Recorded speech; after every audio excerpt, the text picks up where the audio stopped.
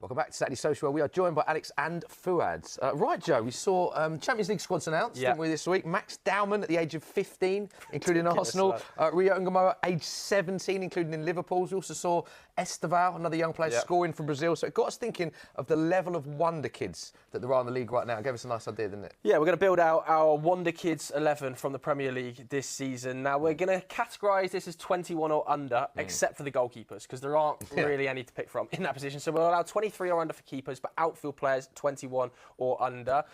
Should we start with goalkeepers? Yeah, I think it's important to say as well, we're not basing it on this season. Yeah, it's kind of like... It's like the best ceiling, who you think's going to go on to have the best careers. So who you gone with in I've sticks? gone for Bart Verbruggen, who I think at Brighton has slowly come into his own.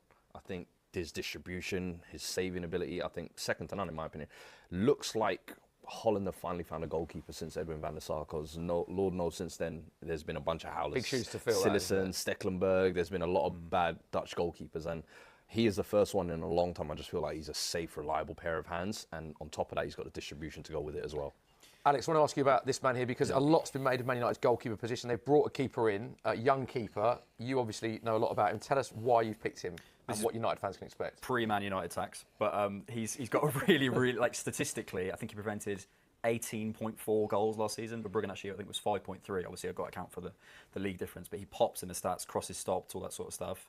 In terms of watching him, he's big. He's a big boy. He's kind of Alisson-y, that sort of vibe. Ultimately, it just depends how he translates across the leagues, but he's got a very calm demeanour. Watching interviews and stuff, seems very sort of switched on. 23. I think they're both good picks, to be honest. I think ultimately this one we haven't seen him in the league, so it's difficult to say. But if you just look at the data, which you probably shouldn't do in isolation, he really pops. Statistically, he does look amazing, doesn't it? Either of you willing to fold here? For me, I want to stick on mine because I feel like he's stick just with that. Some I'll fight on, but I think We'll stick there. Let's go to right back, shall we? I have Josh gone for... Achapong. And Rico, still only 20. Rico's only It's so 20 scary how years young old, he is, insane. because it feels like he's been around for about a decade. Yeah. And that's what it feels like. When he broke through, he was playing a variety of different positions, left back, centre mid, right back, and you almost felt like over the last few months he's lost his way a little bit. But I do think in terms of ceiling-wise, I think this kid's got a high ceiling. He ticks all the boxes of what you need in a modern-day fullback and in a modern-day midfielder, in my opinion. The question is Pep going to give him that trust? I think he's still got a lot of potential. And I think hopefully he will fulfil it, whether it's at Man City or not. You've gone for Josh. Yeah, I think this will be his breakout year. I think when you can dribble like he can at his height, it's a really, really interesting profile. He can play centre back or right back. I think he's someone who. Do you remember when Chris Wilder had like the overlapping centre backs? Yeah. He's like that sort of player who you could build a system around. He's that good in terms of getting out and sort of going forward, Calafiori-esque, if you want to say, on the other side. I just think with Rico Lewis, this is such like an easy talking point, but I do think the height limits him in terms of position. I think once he's found his position, I think he'll be a staple. Either of you happy to concede with this one? It's your list. I really liked him in the Conference League, and really I think he does have a big future. The question I have is how much would he play this season in terms of that Chelsea team, even with the injuries that they've got this year, whereas I feel like Rico would be given starting against Palace, to be fair. There was, was it Nottingham Forest, though, looking at him? You know, I'll give you Josh, because I do really like Josh. I do really like Josh, I can't lie. In terms of centre-backs, we always do this, as we do traditional Saturday Social, go with the pairing. So let's have a look at what you've both got. I think there is... So you've gone Mascara and Yoro. Kusanov and Yoro. For the so Manchester put Yoro straight out. Yoro is without a shadow of a doubt for me. I think he could be a contender for Young Player of the Year, in my opinion. His ceiling is top-notch. I think United was smart to get him when they did. Unbelievable. He's got so much to build around, so much raw 19 ability. still as well. Yeah. Kusanov versus Mascara. I think with Kusanov, everybody has been so scarred by that first 20 minutes in his Chelsea debut that's just what stuck with everyone's mind. But even during that game... unfairly? Unfairly, because in that same game, he recovered so well. Second half of the season, I think there was a part where he didn't play, and for one reason or the other. But I think every time I've seen him, he has been a minimum 7 out of 10. And it kind of reminds me, in terms of his aggressiveness with Ruben Diaz, I feel like they're kind of cut from the same cloth, in all honesty. Mascara. We saw Mascara, didn't we? Mascara came on, did really well at Anfield. I think most minutes by any under-21 player for the last 2 seasons in Europe. What I love about him is Saliba he carries the ball, but he often plays a safer pass. What I saw from Mascara was that ball into the midfield, kind of being a bit more adventurous, sort of in possession. The recovery pace on Mascara is frightening. And I know Kusanov is quick as well, but I really like. I think Mascara has everything as a centre back, and I can see limitations in Kusanov's game. As a signing as well, 13 million for a 21. Such a good pickup. I thought he did really well when he came in for the injured Saliba as well after 5 minutes. That's kind of last minute to step in like that. Yeah. It's really impressive. I just think with Husinov, there's just so much pressure with the Man City defence kind of falling apart the way it has been. He has been maybe one of the few that's actually been a steady Eddie in that. You willing to fold? I will stick with my ball. I just think in terms of, if we're talking about ceilings, I can't see a limitation in Mascara's game that he can't fix. I think there's some stuff in possession that I look at when he receives it, but I see limitations in Husinov. Mascara then. Mascara takes it. I think it's going to be 50% Arsenal backline. As it should be. It is. So you've got Miles Lewis. By the way, I wouldn't have considered that one so easy. For everyone, there's a lot of options at left back here in terms of how we're doing this under 21s. Hato age 19, Lewis Hall age 20, Dorgu 20, El Haji Malik Diouf 20, Kirkez 21, Marl Lewis Skelly 18. So this is actually a stacked position for Wonderkids. And you know what's funny as well is he won't be a left back. So this was the annoyance, honestly. It feels like this season Arteta's almost gone, you know what, he's a full-time midfielder now. I think with the signing of Nkapie, with Calafiori in the form he's in, Calafiori started the season really well, probably our best player. Also, the fact that we signed Norgard and not like a Baleba type player, I think he actually might have more time as a DM. Where is his best position as an Arsenal fan? He will be a number 6, number 8. Like he will play in midfield eventually, but as a left back, I mean, ultimately in Arteta's system, he's given that license to come inside anyway. His dribble pass numbers, the way he uses his body, it's frightening. Like he's that. Stick him up then. And because of that, I actually thought he could have almost been like England's next left back with kind of how he owned that Maybe he will be. He position started a lot last under year. Tuchel. Shout out Lewis Hall as well. Big fan of He Lewis Hall. backs himself as well, which I love. Absolutely love it. Another agreement? Okay. Move on to This is midfield. There's one name that you've agreed with, Adam Wharton, 21. We're all just obsessed with Wharton. What a player. Do you think he's the next big 100 mil player? 100 mil player? If you look at, for me, if you look at the players, there's not a huge plethora of players in that position. There are others. But in terms of the people that occupy that position and how many teams will end up needing a player of his ilk, do you think he is the next 100 mil? Ice coldness he plays with, honestly, the composure that he has at his age, the technical ability to go with it as well, the close control, the passing. He is almost like the complete midfielder at such a young age when players become this normally at about 28, 29. It's quite an easy thing to say, but if he was Italian, people would rate him more. And it's true. If he was Brazilian or whatever. Declan Rice did this interview where he talks about learning the 6 role at Arsenal, and he said one of the big things is like standing still and not feeling like you have to rush around all the time. And Wharton has that. He's just got that composure. If you want to access the centre of the pitch, someone who can take it in there and get you through here. His one-touch passes. As well. Speed, he's a player you have to see live to really appreciate how good he is on and off the ball. I've seen him throughout his FA Cup journey last season. It's like against huge teams and in the Community Shield as well. You're actually blown away by how much he actually does. And he has got a very Spanish-esque way about him with how technically good he is. And speaking of Declan Rice, he did a great interview about talking about the crisp at which he passes the football. It was like technically just a brilliant player. I think he's a tap-in. Stick him on the ball. We're talking about £100 million players. Let's do your midfield pairing together too, because I think you've got another name disagreement here that could have been £100 million move this summer. Yeah. Baleba. Right, so you've gone Archie Gray and Max Dowman, still only 15, and you've gone Lucas Bergvall and again, potentially £100 million player and Carlos Baleba. I think Carlos Baleba is the truth. I think United missed a big trick in not signing him. He is one of those players I feel like that can revolutionise the midfield single-handedly because the physicality he brings, the way he's able to cover ground. I think his passing ability also gets very slept on, in my opinion. But then I'm surprised you've gone for Archie Gray because although Archie Gray is kind of more raw, I think Lucas Bergvall last season showed me more, whether that was in Europe, whether that was in the league, the consistency, the maturity. He came in, people were thinking he's a 10. Showed he can play in the 8, played in a deeper role later in the season in the 6. I've been very, very impressed with how he's. I think he's due for a breakout. What I think was amazing about Bergvall was he was put in so early because of the injuries, as was Gray to be fair, but in so many different positions, as was Archie. But played in so many big moments in different positions against huge midfielders at 19 and didn't look out of place. So I think his ceiling is huge. Insane. But is his ceiling as high as Max Dowman, who is essentially, Dowman, the thing with it's not just that he every time he comes on the pitch, he seems like he wins a penalty. Every time he comes on the pitch, he matches people physically. He backs himself. He's on the touchline at Anfield, and I look at him at 15. I'm like, you're fine. Literally, he's just like, whatever. Anfield, don't care. But you've got him in your midfield. Do you think that's where his future lies? Yeah, in the middle. Also because of who I got at right wing. But I think Dowman, in terms of a ceiling of a player, I look at players like Waneri or whatever, and I worry about him because he'll find his place. But Dowman's coming. And he's in our Champions League squad. He's honestly, I've never seen a kid like this. It's and that's scary. testament to how much he's rated by Arteta when there's players that you've left out of that. Absolutely. To put a 15-year-old in the Champions League squad. Yeah, he's top.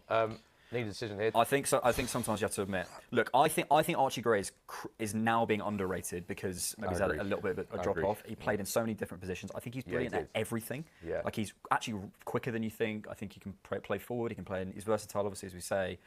But I think for me, Baleba, like I just, yeah. Can we just touch upon Carlos Baleba a bit more? Because obviously Man United were heavily linked this summer, and you say, whoa.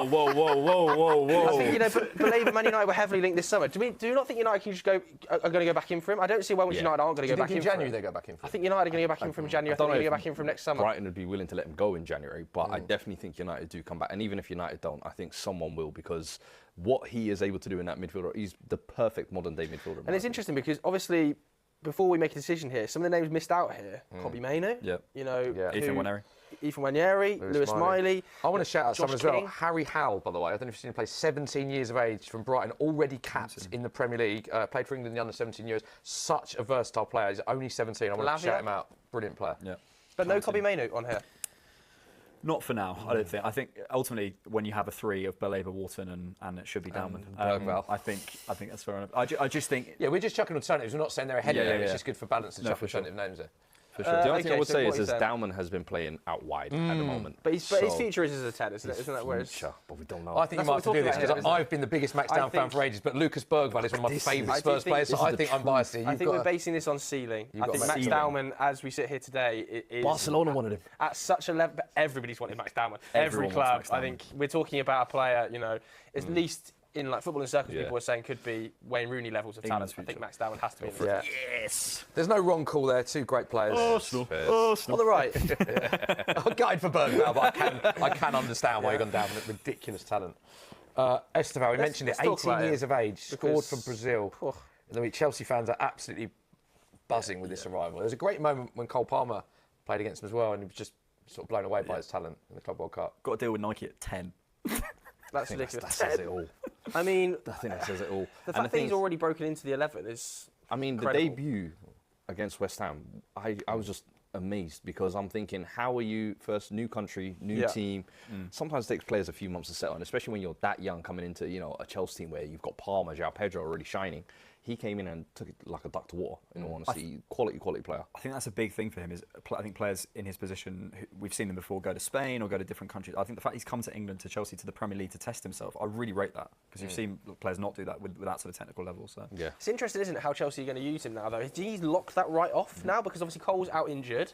So they've changed the balance of the team a little bit. But when Cole's back, is he going to go back into that 10? Esteval's going to maintain that right-wing position? I think so, because none of the Chelsea wingers have really grabbed that position and made it their own. So it's really up for grabs. And I'm sorry, if an 18-year-old can come in and dazzle and give them something that they haven't had in that midfield before, I think it's testament to how much he rates his own, how confident he is and rates his own ability to go to a club like Chelsea where there's so much competition for places in that area and go, no, I'll back myself and I'm going to play. And it looks like he is that starting player. A few other shout-outs here. I think, obviously, Tyler Dibbling, Savinho, Yakuba Minter. I think Minter started the season amazing. He looked so good against it.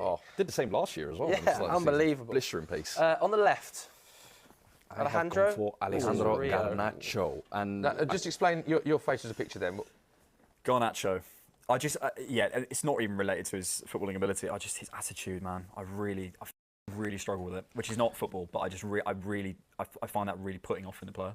I think that's the thing, though, is everybody's judging him for off-the-field things, and I almost starting to feel like he's becoming underrated at this point. And you look at the fee that Chelsea paid, 40 million. I think that's a bargain, in all honesty, for what he has shown to date in his career. It's a guy who I felt like when United were down in the dumps, he turned up in big moments, scored in the FA Cup final, goal of the year, crazy goal contender against Everton.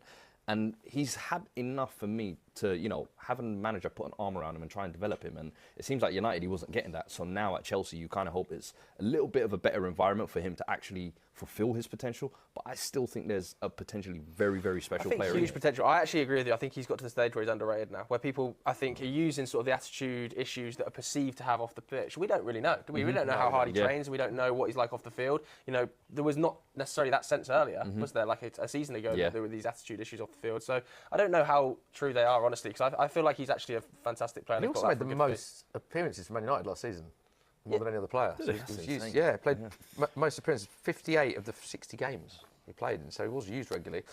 Talks about Rio. I mean, to score in the Premier League for Liverpool, fourth youngest. At the age of 17 years of age. We're talking about a serious player here. Fourth youngest. I think they broke their academy wage structure to get him from Chelsea a couple of years ago, which is a really good shout. Yeah. The one thing I'll say about him is he's a bit of a sort of Raheem Sterling-y dribbler. It's a bit busy, but I think once he works that out, I think I think you see the potential with him, and I think obviously the goal was top. Yeah. I think in terms of ceilings, if you're talking, I do think maybe Rio does. Yeah, have if a we're doing it higher based on one. ceilings. Yeah, I mean, but he was actually 16 years of age and 361 days. He looks like exact. he'll be I think the fact that Liverpool this summer, allowed Luis Diaz to leave the club and didn't really go out there and target an out-and-out natural left winger, as Arne Slot has spoken about in press conferences and in media, because partly they knew that Rio was coming. Like the fact that Rio is of that level at that age to be able to be a starting player for a Liverpool side, competing for the Champions League and the league title is crazy. But they did make a lot of investment in those forward areas. Yeah, but not on that left. Not on the left. They lost Diaz and didn't replace him. Yeah. Right, last player, striker. This is probably the weakest area, is it, do we think? There's not loads of under 21 forwards to choose from here. Yeah, I've gone with Matthias Tel. I mean, got to try and get a Spurs player in it somehow. But what do you make of him being left out of the Champions League squad? Honestly, disappointing, because someone who, when he came on loan, we paid 10 million loan fee initially, and the talks was we were going to pay 60 million. We got that down to 30 million. I don't think he's really been given a chance at Bayern Munich or at Tottenham Hotspur, in my opinion. I really hope this season he could break out, because the under 21s for France in the summer, him and Odegaard looked really, really good in my opinion. The question I have with him is, what's his best position? Is it on the left or is it through the middle? And I think he needs to find that out really quickly, because he could be a good player, but you just don't know where exactly. I know what you mean about watching him. He's a player I think that would benefit from a run of games from a confidence perspective. You disagree? You come with a different player? Ironically, I think Tell's biggest weakness is this guy's biggest strength. This is one of those sort of slightly hipster picks that I'll clip up if he ever does well.